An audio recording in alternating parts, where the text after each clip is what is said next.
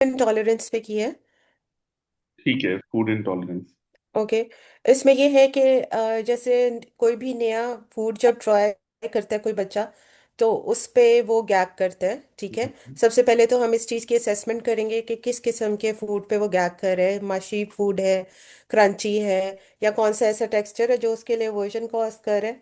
फिर ये है कि लीस्ट अवर्जन से मोस्ट अवर्सिव हायरार्की को हम फॉलो करेंगे, और उसको अनकंडीशनल स्टिमुलस के साथ पेयर करेंगे। फॉर इंस्टेंस म्यूजिक हो गया, या कोई वीडियो उसको दिखा दी जाए उस टाइम, पजल करा दी जाए जब नया फूड इंट्रोड्यूस करवाया जा रहा है। और फूड की भी इंट्रोडक्शन के लिए ये है कि हम कोशिश करेंगे कि पहले जो उनसे फूड है उसे ज़रा टेबल से दूर रखें, और पहले उसे खेलने दें, या लिप को टच करने दें, या स्मेल करने दें।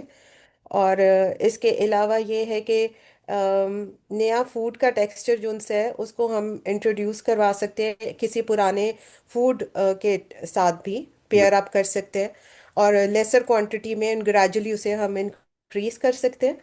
और with the passage of time उसकी जो गैगिंग है वो रिड्यूस हो जाएगी, और जो न्यू जो फूड था जो कि न्यूट्रल स्टिमुलस था, वो उसके लिए फिर एक कंडीशनल स्टिमुलस बन जाएगा। Very good, very good, amazing, amazing. बहुत अच्छा आपने एक्सप्लेन किया है, and I am very happy that you have understood the concept. Good job, very nice. Thank you sir. So who is the next one? Yes, Galiya. Sir अच्छा। हाँ sir, मैंने इसमें tolerance building लिया है नेल कटिंग को लेके। ठीक है। पहले मुझे हमजा की अगेन एग्जांपल लूंगी। उसको जब फियर था थोड़ा कुछ टाइम पहले ज्यादा नेल कटर से, वो देखते ही उसको क्राइंग उसका आ जाता, जो कि कंडीशन स्टिमुलस है। वो फौरन से अपना हाथ पीछे कर देता था। तो एक तो इसमें मुझे जिस चीज ने ज्यादा हेल्प किया, एक तो उसकी पेयरिंग जब मैंने, उसके स्पीयर की पेयरिंग जब मैंने की, उसको काम करके रिलैक्स करके टिकलिंग से। हम्म। और दूसरी चीज जो थी रेपिटेशन से सर, मतलब जाहिर है आप नेल्स डेली डेली बेसिस पे तो नहीं ना कट करते। हम्म। तो अब उसके नेल्स जब नहीं मुझे जरूरत होते, तब भी मैं नेल कटर को ला के हल्का सा उसको वैसे ही मतलब शो करके, हल्का सा कोई उसकी डेड स्किन वगैरह कट करके, इसको मतलब एक्सपोजर एक तरह से दे के डेली बेसिस पे। Very good. तो इससे उसका ये फियर बिल्कुल खत्म हो गया। और बाकी थोड़ा प्लेजेंट उससे मैंने उसको पेयर भी किया टिकलिंग से। टिकलिंग करो तो वो खुश होता है, तो उसका मतलब वो फिर कटवा लेता है। पहले मतलब मैं एक नेल से स्टार्ट करती हूँ, फिर आहिस्ता आहिस्ता, मतलब जब उसको एक्सपोजर वेरी गुड। मिल जाता है, जब वो काम डाउन बिल्कुल रिलैक्स हो जाता है, तो हम्म। वो फिर टिकलिंग या बबल समटाइम्स वो उसका अनकंडीशन स्टिमुलस हो गया। Very good. तो इस तरह से वेरी नाइस। काफी बहुत मतलब अच्छे। अब उसकी कॉपरेशन इंक्रीज हो गई है नेल कटिंग के साथ। और वेरी। सर एक और भी चीज है समटाइम्स मैं साथ में छोटी जो मेरी है अनाया, उसको बिठा लेती हूँ। मैं अनाया के उसके सामने कट करती हूँ। हम्म। उसको मतलब हम सबको दिखा के साथ में उसको मतलब प्रेज भी करती हूँ, अनाया वाह गुड जॉब। इस पे भी थोड़ा मतलब हमजा फिर अपना हाथ आहिस्ता आहिस्ता खुद आगे करता है कि भाई मेरे भी काटो। तो थोड़ा वो चीज भी है। आई डोंट नो, भी तो इसी में आएगा ना, वो मॉडलिंग में आता अनकंडीशन मॉडलिंग में। तो हमजा के केस में मॉडलिंग प्रॉम्प्ट या इस तरह की चीजें काफी हेल्प आउट करती है है। ठीक है, वेरी गुड। थोड़ा। अमेजिंग। Good job. बेसिकली आपने जो है जो एक्सप्लेन किया है कि नेल कटर जो है वो बच्चे के लिए डिस्टरबेंस क्रिएट करता है, जैसे हम कह सकते हैं कि पेन बच्चे को हो सकती है। तो ये एक अनकंडीशनड स्टिमुलस बन गया जिससे फेयर जनरेट होता है, जो अनकंडीशनड रिस्पॉन्स है। ठीक है। क्राइम भी साथ। हाँ, जी जी। Exactly exactly। तो जब भी आप ऐसी सिचुएशन में बैठती हैं जिसमें जैसे नील कटर वाली पोजीशन में अगर आप बैठती हैं, तो उससे उसको फिर आना शुरू हो गया, तो हम उसको कैसे रिड्यूस कर सकते हैं कि हम उसी पोजीशन में बैठे और लेकिन हम उसको इंगेज करें विद सम प्रेफर्ड एक्टिविटी, जैसे आपने टिकलिंग का बताया। तो अब आप जब उस टिकलिंग। पोजीशन में बैठती भी हैं तो he does not show the fair कि वो मुझे पेन होगी या उस, क्योंकि आप टिकलिंग करना शुरू कर देते हैं। तो कुछ अरसा तक आपने इस तरह से टिकलिंग उसके साथ की। जब वो पोजीशन के साथ उसके यूज टू हो गया कि अब उस पोजीशन में आते ही आप, वो बच्चा काम डाउन रहता है, तो then you start cutting his nails. तो जिससे एक काम सिचुएशन क्रिएट होना शुरू होगी नेल कटिंग के टाइम पे भी। Very good. So it's understood. Good job. Very nice. Who is the next one? Yes, Nawal Nadeem. Sir जो मेरा है वो है लाउड नॉइजेस टॉलरेंस। उसमें डोर बेल भी आ जाती है, और अक्सर बच्चे जो है ये ट्रैफिक हॉर्न से भी बहुत डिस्टर्ब होते हैं। तो हम्म. अगर बच्चा जो है वो एंग्शियस हो जाता है हर टाइम जब भी उसको डोर बेल सुनाई देती है या हॉर्न बजता है, तो इनिशियली जो लाउड नॉइज है वो अनकंडीशनल स्टिमुलस है, और जो एंग्जाइटी क्रिएट हो रही है दैट इज अनकंडीशनल रिस्पॉन्स। तो वेरी गुड. क्लासिकल कंडीशनिंग के थ्रू हम उसको पेयर करेंगे लाउड नॉइजेस के साथ with something neutral. For example जैसे अगर हम लाउड जैसे नॉइज डोरबेल को, रिंग, सॉरी, अपने वर्ड्स दोबारा रिपीट कीजिएगा. लाउड नॉइज लाउड को. नॉइजेस जिसमें डोर बेल की रिंग होती है या फिर हॉर्न, लाइक इस तरह की जो लाउड नॉइजेस आती हैं, ठीक है, उसको पेयर किस चीज सिर्फ के साथ चीखने कर की रहे हैं? नहीं। उसको पेयर करें हम, अगर जैसी बेल रिंग होती है तो हम फौरन से उसके बाद की कोई भी प्लेजेंट कामिंग साउंड लगा दें ताकि वो वेरी उसके साथ पेयर करे। या वेरी फिर हम अपनी रिंग बेल को एक कामिंग, जैसे ब्लू लाइट कहते हैं, बहुत कामिंग लाइट होती है, तो जैसे ही रिंग बेल हो तो वो ब्लू लाइट घर में एक कोई ऐसा पॉइंट हो जहां से वो ऑन हो जाए। ठीक है. Very good. तो उससे उसकी पेयरिंग से ही विल फील काम के उसने नेगेटिव जो भी उसकी थी फीलिंग थी उसको उसने पॉजिटिव के साथ चेंज कर लेंगे। Very good. Very good. Amazing. Amazing. So जैसे आपने एक एग्जांपल दिए नवाल, मैं इसको दोबारा रिपीट कर देता हूँ. नवाल ने ये कहा है कि अनकंडीशन जो स्टिमुलस है वो लाउड नॉइज है, और जो अनकंडीशन रिस्पॉन्स है वो फेयर था बच्चे का, कि जैसे ही कोई बेल की आवाज़ उसको सुनाई देती है, या वैक्यूम क्लीनर की आवाज़ सुनाई देती है, या कोई भी मशीन चलने की, जैसे जूसर के साथ कुछ बच्चों की नेगेटिव एसोसिएशन हो जाती, तो आवाज़ सुनाई देती है, तो वो बच्चा जो है वो एक condition response, uncondition response sorry, generate करता है, जो कि फेयर का रिस्पॉन्स है, अनकंडीशन रिस्पॉन्स. तो इन्होंने जो कंडीशनिंग अप्लाई की है इनके ऊपर, बच्चे के ऊपर, वो बेल प्लस बेल क्या है, कंडीशन स्टिमुलस है, क्योंकि बेल की एक लाउड नॉइस जनरेट करता है, तो जब भी बेल बजती है तो बच्चा डर जाता है, फेयर रिस्पॉन्स आता है. तो ये कंडीशन स्टिमुलस के साथ इन्होंने पेयर किया है अनकंडीशन स्टिमुलस. वो उसकी कोई फेवरेट लाइट है, या कोई फेवरेट आवाज है, या साउंड है, या म्यूजिक है, या पोइम है, या फेवरेट उसके स्नैक्स हैं, उनके साथ पेयर किया है कंडीशन स्टिमुलस प्लस अनकंडीशन स्टिमुलस, जो एक फेवरेट आइटम है उसकी. तो जिससे क्या हुआ, अनकंडीशन रिस्पॉन्सेज कौन से आना शुरू हो गए, काम रिस्पॉन्सेज, हैप्पीनेस के रिस्पॉन्सेज आना शुरू हो गए. और आफ्टर कंडीशनिंग, अब जब वो बेल बजती है, तो बजाय इसके कि वो बच्चा डरे, वो टॉलरेट करता है उस बेल को. ठीक है. Very good. Good job. Very nice. So who is the next one? मैं कर देती हूँ सर। जी, मिस्टर. अच्छा, एक लास्ट ईयर ये इशू होना स्टार्ट हो गया था कि ना दो आपको पानी से, वाटर से जो है ना एंजाइटी स्टार्ट हो गई थी, ठीक है। तो उसकी वजह से ये हुआ था कि वाटर लेट से आप उसका अनकंडीशन स्टिमुला है और उससे जो है ना उसको अनकंडीशन रिस्पॉन्स ऑफ एंजाइटी वो स्टार्ट हो गई थी, ठीक है। तो अब वो नहाने जब जाती थी, जो उसका बाथ टाइम था, जब बाथरूम जाती थी जब वो, तो ये कि बाथरूम और वाटर जब कंबाइन होके ना एंजाइटी में कन्वर्ट हो गई थी, तो उससे ये होता था कि बाथरूम भी उसका एक तरह से कंडीशन स्टिमुलाई बन गया था, एंजाइटी कंडीशनड रिस्पॉन्स बन गई थी नेगेटिवली, ठीक है।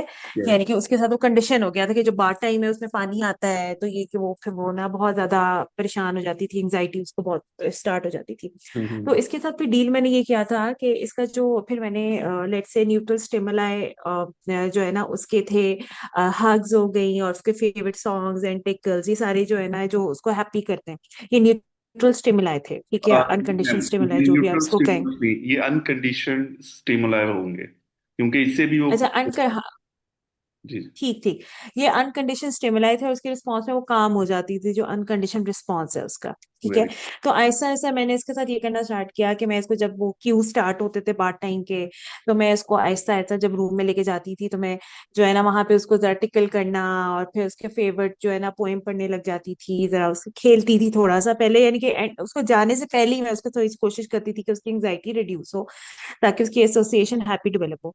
और ना बाथरूम में मैं पहले से काम म्यूजिक लगा देती थी, ठीक है, ताकि जब वो अंदर जाए तो उसको एंग्जाइटी ना हो, यानी कि उसका वो जो एसोसिएशन है वो पॉजिटिव नेगेटिवली इम्पैक्ट हो। तो ये होता था कि जब ये अनकंडीशनड जो इसके स्टिमुलाई थे, इसको मैं आहिस्ता आहिस्ता, फिर ये जब अंदर जाती थी तो मैं हल्का सा पानी को टच करवाया, वार्म वाटर रखती थी, वेरी म्यूजिक चल रहा होता था, तो थोड़ा सा उससे ये होता था कि ये जो है ना इतनी परेशानी होती थी। ठीक है, तो शॉर्ट ड्यूरेशन से मैंने स्टार्ट किया था, हल्का हल्का पानी सिर्फ टब में, शॉवर में नहीं भेजती थी मैं, हल्का सा पानी मैंने टब में उसमें प्याले में लिया, उसका हाथ लगाया, उसके ऊपर फेंका, बस दैट्स इट, और फिर मैं उसको ले आती थी। तो इस तरह से डिसेंटिसाइज मैंने करना स्टार्ट किया साथ साथ उसको। तो हुआ ये कि उसका जो वो था, अनकंडीशन जो उसका स्टिमुलाई था, जो उसका जो उसको काम बनाता था, जो उसके फेवरेट सॉन्ग्स थे, हग्स थे, टिकल्स थे, आहिस्ता आहिस्ता मैंने इसको पेयर करना शुरू कर दिया उसके बाद टाइम के साथ। तो जो है ना, तो जो पहले तो उसके फिर जो है उसकी जो कामनेस जो है वो काम और हैप्पी होने लगी। तो बेसिकली इसका जो वॉशरूम या बाथरूम या बार टाइम जो उसका कंडीशन स्टिमुलाई बन गया, और जो काम है उसका कंडीशन रिस्पॉन्स बन गया, by pairing with unconditional stimuli. Very good. That is her favourite things. Yes, good job, very nice. बहुत अच्छे से आपने एक्सप्लेन किया है कि अनकंडीशनड स्टिमुलस, और उसको भी आपने अच्छे से एक्सप्लेन किया है। फिर उसके बाद आपने बिफोर कंडीशनिंग भी आपने अच्छे से एक्सप्लेन किया है, during the conditioning, after conditioning, what results we got. Very nice, good. So who is the next one? Sir मैं कर देती हूँ।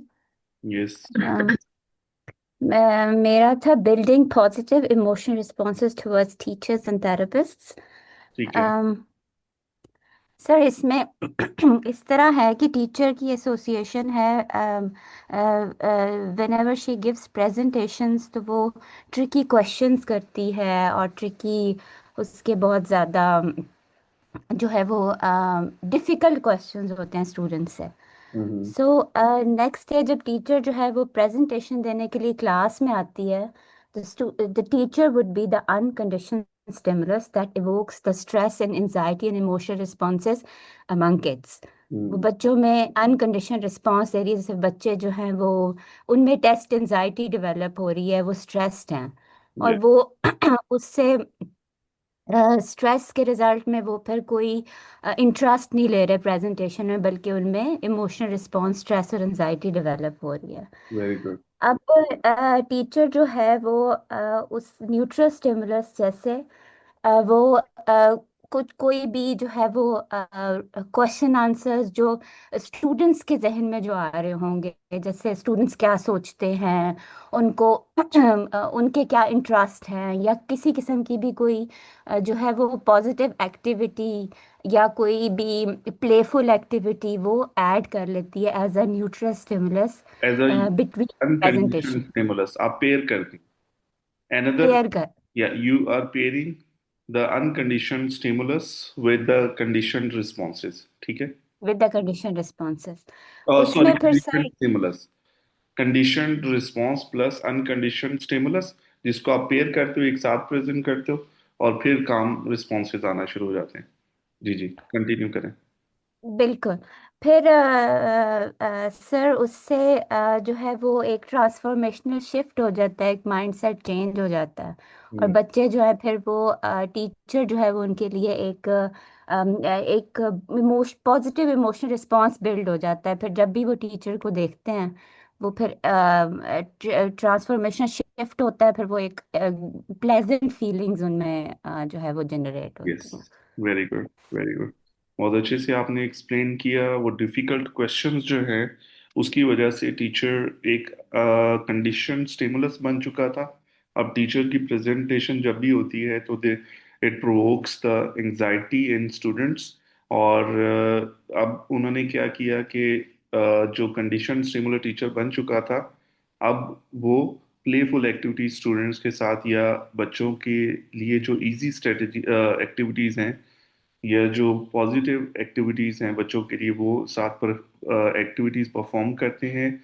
जिससे क्या हुआ कि काम इन्वायरमेंट क्रिएट होना शुरू हो गया। और फिर उसके बाद आफ्टर द कंडीशनिंग, अब जब भी टीचर प्रेजेंट होता है तो उनकी एंजाइटी लेवल बढ़ता नहीं है। बच्चे कूल एंड काम रहते हैं। Very good, very nice. ठीक है, गुड जॉब। तो कोई और है? एनीवन एल्स जो रह गया हो?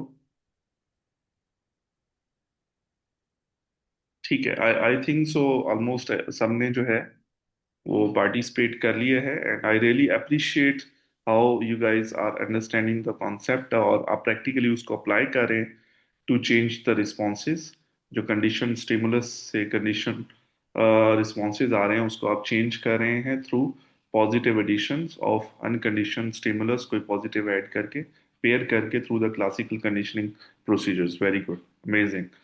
Okay, so my question to all of you is, what do you think कि कोई ऐसे behaviors हैं जो दो जो कि क्लासिकल कंडीशनिंग से अच्छे से चेंज नहीं किए जा सकते या सिखाए नहीं जा सकते? कोई ऐसे behaviors या responses हैं?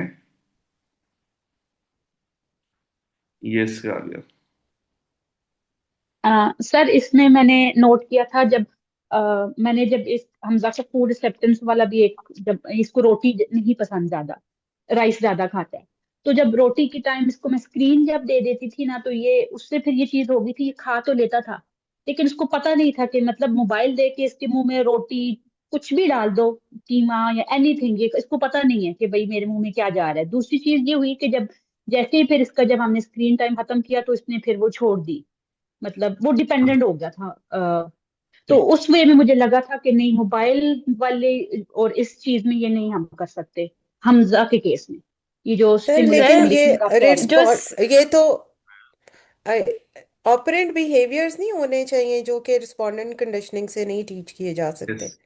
Operand behaviours. जैसे कि टाइंग, कोई शू लेसेस बंद करना नहीं सिखाया जा सकता है इसमें, हम्म। या लैंग्वेज नहीं सिखाई जा सकती, लिखना या पढ़ना नहीं जैसे सर सिखाया जा मैंने सकता। एकेडमिक एग्जांपल दी है, टीचर का जो है वो एक तो पॉजिटिव फिगर तो है टीचर का, लेकिन अगर टीचर ने रिस्पांस जनरेट करने हैं तो अगर वो कोई टोकन इकोनॉमी या कोई रिवॉर्ड इंट्रोड्यूस करवा देती है तो लाइकलीहुड ऑफ द रिस्पॉन्सेज जो है वो इंक्रीज हो सकते हैं बच्चों के, कि वो रीइंफोर्समेंट या कॉन्सिक्वेंस बेस्ड अगर उनके साथ स्ट्रेटजीज की जाए तो वो ज़्यादा रिस्पॉन्सेज वेरी गुड, मेरे ख्याल है हम इंटरैक्टिव ले सकते हैं उनसे। Very good, very good. Sir बच्चे डिपेंडेंट हो जाते हैं ना फिर इन चीजों पे, मतलब अगर जो भी हम उनको देंगे पॉजिटिव उसके लिए, लेकिन मतलब हम उसको उसको पेयर फीड भी करके जैसे करेंगे ना बाद टिकल्स या में। बबल्स हो गए।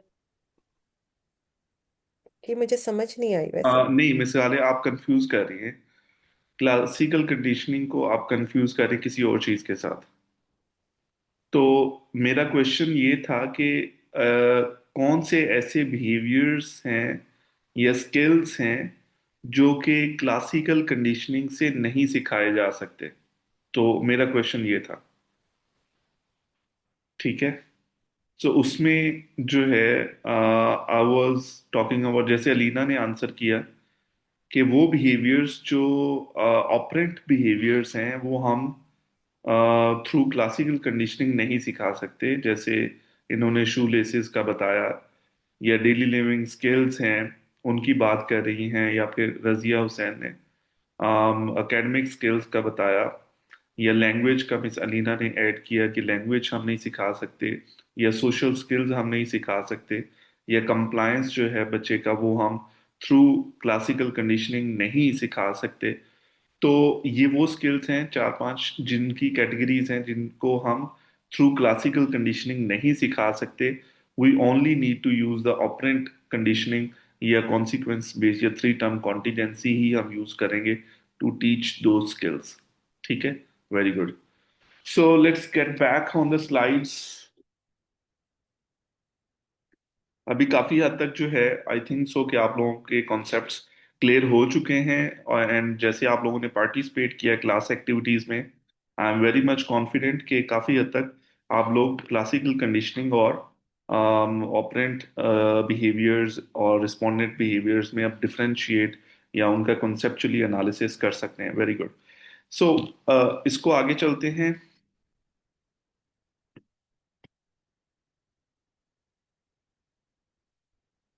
Operand behavior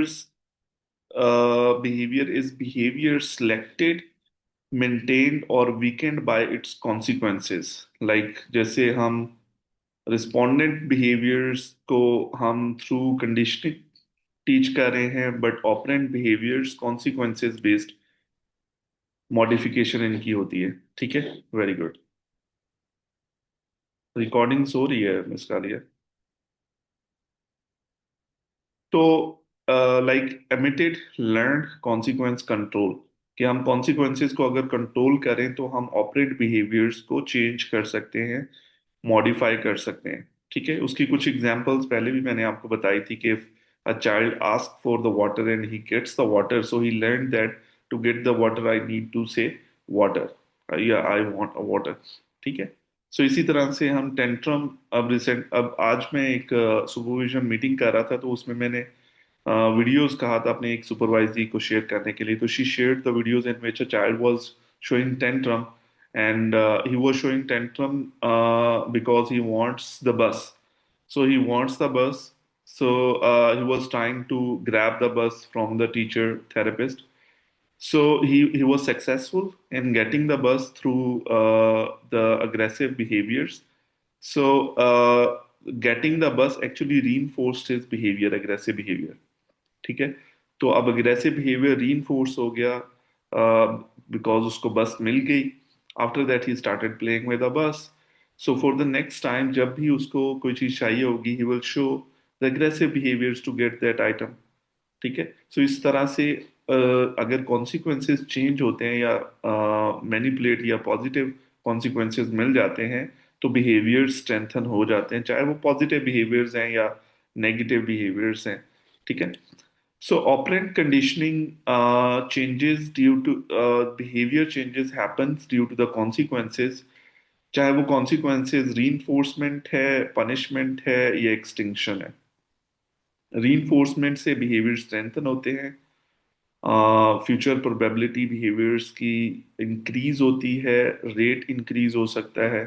through punishment, if the consequences are punishing, so through punishment the behaviours are reduced. ठीक है, और extinction also used to reduce the problem behaviors. So we'll study the punishment and extinction as well, inshallah. We have studied the reinforcement in details and the extinction also in detail. So three term contingency जो हमने बात की थी कि हम three term contingency build करते हैं in ABA when we are teaching the operant behaviours. we do the antecedents, then we get the response and provide the consequences. So consequences affects future behaviors, it strengthen the responses of the students. सो जब भी आपके पास कोई भी student आता है या कोई भी बच्चा आता है, तो first of all you build the contingencies. अगर आप कॉन्टीजेंसी बिल्ड नहीं करते तो बच्चे के रिस्पॉन्सेज आपके साथ इतने अच्छे नहीं होंगे, रिस्पॉन्स रेट इतना अच्छा नहीं बच्चा देगा। So if you want to get the good response rate from the student, so you need to build the contingency, three term contingency, in which you need to make him understand that if I follow the instruction, I will get the reinforcement.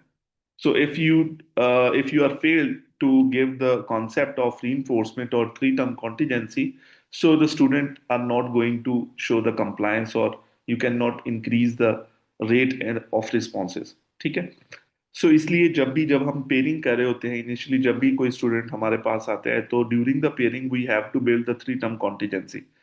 how we can build the three term contingency, we can give very simple instructions to the students. While we are giving simple instruction, we can use the prompt strategies, and then we can provide the reinforcements. So with the practice again and again and again, so the student understands, okay, if I follows the instruction, I get the reinforcement, I get whatever I want, और मैं कोई preferred item अपनी ले सकता हूँ अगर मैं जो है responses follow करता हूँ। So when he understand, okay, after following the instruction, I get the reinforcement. So at that time, you already built the three term contingency in the students. So the future behaviors उसमें आपको teach करना easy हो जाता है when you build the three term contingency. So, respondent behaviors we have studied in depth. So, respondent behaviors is the behavior elicited by antecedent stimuli, जो कि behaviors involuntary behaviors होते हैं, reflexive behavior होते हैं, antecedent controlled behaviors होते हैं, जो contingency independent जिनको behaviors हम कह सकते हैं। ठीक है, So the respondent behavior की examples are like loud noise, startles and food salivation generate करता है responses, और needle side जो है increased heart rate. अमूमन अभी भी जो है कुछ लोग इस एज में, मैं भी समटाइम जो है नीडल को देख के लाइक हार्ट रेट बढ़ जाता है जैसे इंजेक्शन लगना होता है. So still we have Okay, so the respondent conditioning, a neutral stimulus acquires the ability to elicit a response through pairing. कि जैसे जैसे पेयरिंग होती है, अब पेन एक जो है वो एक पेन का कॉन्सेप्ट और फेयर का कॉन्सेप्ट तो अनकंडीशन चीजें हैं, बट उसके साथ जो पेयरिंग हो जाना किसी भी चीज की, चाहे वो सिरिंज है चाहे कोई चीज भी है जो चीज पेन दे रही है, तो वो basically item become the condition stimulus, जिससे कंडीशन रिस्पॉन्सेज आना शुरू हो जाते हैं. ठीक है. ओके सो ये थ्योरी. Excuse me sir. जी मिस्टर अरूज.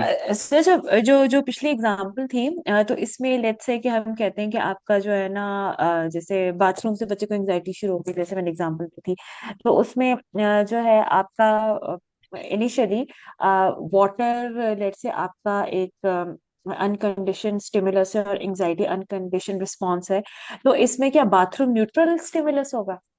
नो, बाथरूम जो है वो कंडीशन स्टिमुलस होगा, क्योंकि नहीं, वो बाथरूम तो कंडीशन स्टिमुलस बाद में बना होगा ना। आई मीन कि कहने का मतलब ये कि वो वैसे तो बाथरूम पहले तो बाथरूम है ना, राइट? एग्जैक्टली पहले तो अगर वो न्यूट्रल था, लेकिन ये कि जब उसने आहिस्ता आहिस्ता जब पानी के साथ उसको हमने पेयर किया बाथरूम को, तो फिर वो कंडीशन बनाना, शुरू में तो वो न्यूट्रल होगा। I just trying to get the concept of neutral stimulus, yes yes you are right, you are right.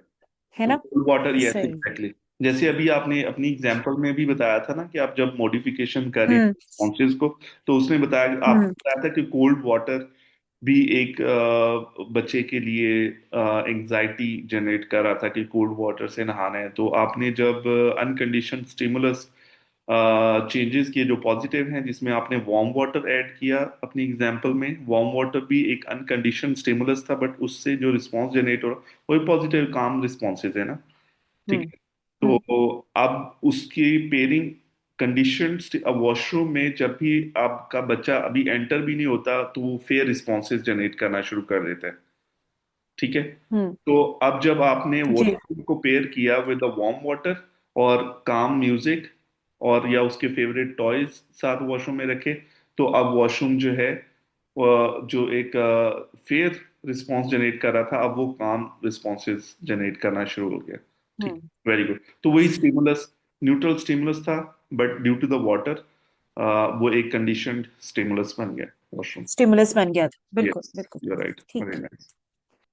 तो जो क्लासिकल कंडीशनिंग में हमने कॉन्सेप्ट्स पढ़े थे उनको आप लोगों ने very successfully you have applied these concepts of classical conditioning in changing the responses by changing the conditions.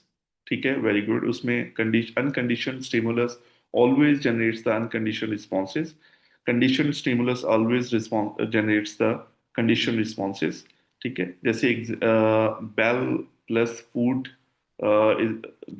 जो कि जनरेट करता है सेलिब्रेशन रिस्पॉन्सेज, और जब हम इसको कंटिन्यूअसली पेयर करेंगे, बेल और फूड को एट अ टाइम प्रेजेंट करेंगे और उसकी प्रैक्टिस करेंगे ट्रायल बाय ट्रायल, तो there will be a time जब पेयर हो जाएगी बेल विद द फूड. अब फूड की भी, अब बेल की भी वही वैल्यू है जो एक फूड की वैल्यू थी, फूड से सेलिब्रेशन हो रही थी. Now if there is only bell, so the same response will be there when you will ring the bell. ठीक है. सो ऑपरेंट का क्या मतलब है? Operant is the consequence controlled, के the behaviors are controlled by the consequences, and when we say the respondent is the antecedent elicited behaviors, के ये antecedent controlled जो responses हैं, those are the respondent behaviors. And operand always focus on the function, not the form. ठीक है. So function क्या है? Reinforcement है. um, जैसे अमूमन अभी हम एग्जांपल्स इसकी, crying due to the pain is the respondent behaviours. जैसे नीडल लगी तो बच्चा रोना शुरू हो गया, so that's a unconditioned response. इसी तरह से क्राइंग अगर due to the attention, is the function. So when we talk about the operant behaviours are maintain by the positive function, या फिर जो भी चेंज आती है वो फंक्शंस की वजह से होती है। तो crying for attention is equal to the operant behaviour, कि जो क्राइंग बिहेवियर है वो ऑपरेंट बिहेवियर है। अगर वो क्राइंग पेन की वजह से हो रहा है तो वो रिस्पोंडेंट बिहेवियर है। अगर बच्चा गिरता है और उसको चोट लगती है तो बच्चा रोता है, तो ये एक रिस्पोंडेंट बिहेवियर है। बट वही क्राइंग अगर अटेंशन के लिए है, सो उसका रीजन कोई फंक्शन है, कोई रीइंफोर्समेंट गेन करना है, पॉजिटिव कॉन्सिक्वेंसेज गेन करना है, तो वो वही क्राइंग बिहेवियर ऑपरेंट बिहेवियर बन जाता है। ठीक है। सो समटाइम जो है इसको लोग कंफ्यूज भी कर जाते हैं। बट अगर हम फोकस करें माइनर पॉइंट्स के ऊपर जो डिफरेंशिएट करने में इजी हमें करवाते हैं, कि हम फंक्शन को फोकस करें और फॉर्म को फोकस करें, कि जो क्राइंग है वो पेन से जनरेट हो रही है तो दैट्स रिस्पॉन्डेंट बिहेवियर। अगर वही क्राइंग अटेंशन से जनरेट हो रही है तो दैट इज, या फंक्शन कोई कोई रीइंफोर्समेंट से जनरेट हो रही है तो that is the operant behaviour. Okay, so is the wrong classification leads to the poor intervention? Yes. अगर हम प्रॉपर तरीके से क्लासिफिकेशन करना नहीं सीखते या हमारे कॉन्सेप्ट्स क्लियर नहीं होते, सो ऑटोमेटिकली हम पुअर इंटरवेंशन जनरेट करना शुरू कर देंगे। जैसे अगर हमारा स्कूल ऑफ थॉट या हमारी थ्योरी स्ट्रांग नहीं है बिहेवियर्स को लेकर, कि बिहेवियर्स चेंज कैसे होते हैं, मॉडिफाई कैसे होते हैं, या हम स्पेसिफिक बिहेवियर्स को डिस्क्राइब नहीं कर सकते, डिस्क्रिप्शन प्रेजेंट नहीं कर सकते कि ये कैसे चेंज हो रहे हैं, सो देन हमारी जो इंटरवेंशन होगी वो भी पुअर इंटरवेंशन होगी। अभी तक जितनी भी हमने आप लोगों ने इंटरवेंशन बताई हैं, गालिया आपने, नवाद आपने, अलीना और उरूज, तो आपने देखा है कि आपकी जब थ्योरी स्ट्रांग हो गई, आप लोगों ने चीजें अंडरस्टैंड कर ली अच्छे तरीके से कि क्लासिकल कंडीशनिंग या रिस्पोंडेंट बिहेवियर्स में चेंज कैसे आता है, तो you can easily make the intervention plan of any behaviour. Very good. So the ethical issues भी आ जाते हैं बीच में। एथिकल इश्यूज, एथिकल इश्यूज कब जनरेट होते हैं? जब हम गलत तरीके से प्रैक्टिसेस करते हैं, जो बच्चे की सेफ्टी को अगर हम कंप्रोमाइज करते हैं, या फिर हम रिस्क एनालिसिस नहीं करते किसी भी इंटरवेंशन को अप्लाई करने से पहले, तो वहाँ पे फिर एथिकल कंसिडरेशंस आ जाती हैं। ठीक है। अगर हम रिस्क एनालिसिस कर लें और उसका रिस्क जो है बेनिफिट से ज़्यादा है, मींस के नेगेटिव कॉन्सिक्वेंसेस या नेगेटिव इफेक्ट्स ज़्यादा हैं पॉजिटिव इफेक्ट से, सो वहाँ पे हमेशा एथिकल इश्यूज आ जाते हैं। So we have to understand कि आप जब भी कोई भी इंटरवेंशन अप्लाई करने लगें तो before applying you should understand कि इसके पॉजिटिव चेंजेस क्या आएंगे और इसका न्यू इफेक्ट, जो एक एक एबीए का सबसे मेन एक करेक्टरिस्टिक्स में से एक करेक्टरिस्टिक है। लास्ट जब हम 7 करेक्टरिस्टिक्स पढ़ रहे थे तो उसमें लास्ट जो था बैट केज पढ़ रहे थे ना, BAT bat and CAG cage, उसमें जो ई था दैट वाज अफेक्ट, कि जब भी हमने कोई भी इंटरवेंशन अप्लाई करनी है तो we have to check the new effect after applying the intervention, कि जो चेंज आ रही है उस पर्सन की लाइफ में, उसका उस चेंज में पॉजिटिव इम्पैक्ट्स क्या हैं उसकी लाइफ में और नेगेटिव इम्पैक्ट्स क्या हैं। ठीक है। सो यही चीज वीक आउटकम्स को भी इलेबोरेट करती है। तो एथिकल प्रैक्टिसेस में हम कभी भी जो है ऐसा इंटरवेंशन अप्लाई नहीं करते जिससे नेगेटिव आउटकम्स ज्यादा आए। जैसे कि पनिशमेंट है, पनिशिंग है, क्योंकि पनिशमेंट का अफेक्ट रीइंफोर्समेंट से लॉन्ग लास्टिंग होता है, ज्यादा इन डेप्थ रहता है, तो इसी वजह से punishment should never be the first choice of treatment. ठीक है। So I think so you guys have understood the concepts, और जितनी भी चीजें अभी तक हमने पढ़ी हैं वो सारी कूपर और Heron and Heward 2020 third edition में से थी। ठीक है। So if you have any question from the discussion we have done today, you can ask me. If you don't have any question, we can move to the next topic. Any question? Nothing. Okay, good, good. Very nice. So I can now say that अगर आप लोगों को अब कोई ऐसे behaviors जो respondent behaviors हैं उनको अगर चेंज करना पड़े तो now you can do it successfully. I think so. You are capable now because you have understood the concepts, basic concepts of respondents. Very good. So the thing is, just a second. मैंने कुछ points जो हैं लिखे भी थे जो आप लोगों ने काफी अच्छे तरीके से एक्सप्लेन भी कर दिए, तो आई डोंट थिंक सो कि इसको रिपीट करने की जरूरत है, इंटरवेंशंस को। द नेक्स्ट मॉड्यूल वो हम उसको स्टार्ट करते सर हैं। ये जो आपने पॉइंट्स लिखे हैं वो हमारे साथ शेयर कर दीजिएगा, हम पढ़ लेंगे। यस श्योर, मैं आपके साथ शेयर कर दूं। ये वही पॉइंट्स हैं जो मैंने आपको बताए थे ना कि फेयर जो है या इमोशनल रिस्पॉन्सेज हैं उनको हम कैसे चेंज कर सकते हैं। तो ये स्टेप बाय स्टेप मैंने लिखे हुए थे कि ड्यूरिंग कंडीशनिंग हम क्या क्या कैसे कंडीशन करते हैं, बिफोर कंडीशनिंग क्या रिस्पॉन्सेज हैं, ड्यूरिंग कंडीशनिंग आप क्या प्रोसीजर्स अप्लाई कर रहे होते हैं, तो आफ्टर कंडीशनिंग क्या आपको अफेक्ट्स मिलते हैं। ठीक है। सो ये tolerance with hair hmm. Cutting है बिफोर, ड्यूरिंग एंड आफ्टर। इसी तरह से फेयर ऑफ लाउड साउंड्स हैं बिफोर कंडीशनिंग, आफ्टर कंडीशनिंग। ठीक है, ड्यूरिंग कंडीशनिंग। तो I will share with you. लेकिन सर इसमें न्यूट्रल स्टिमुलस तो कहीं पे भी नहीं पेयर हुआ, जैसे वो जो ऑपरेंट कंडीशनिंग की एक हायरार्की में उसने न्यूट्रल स्टिमुलस पेयर किया, वो जो फाइल अभी सर आपने दिखा। Neutral stimulus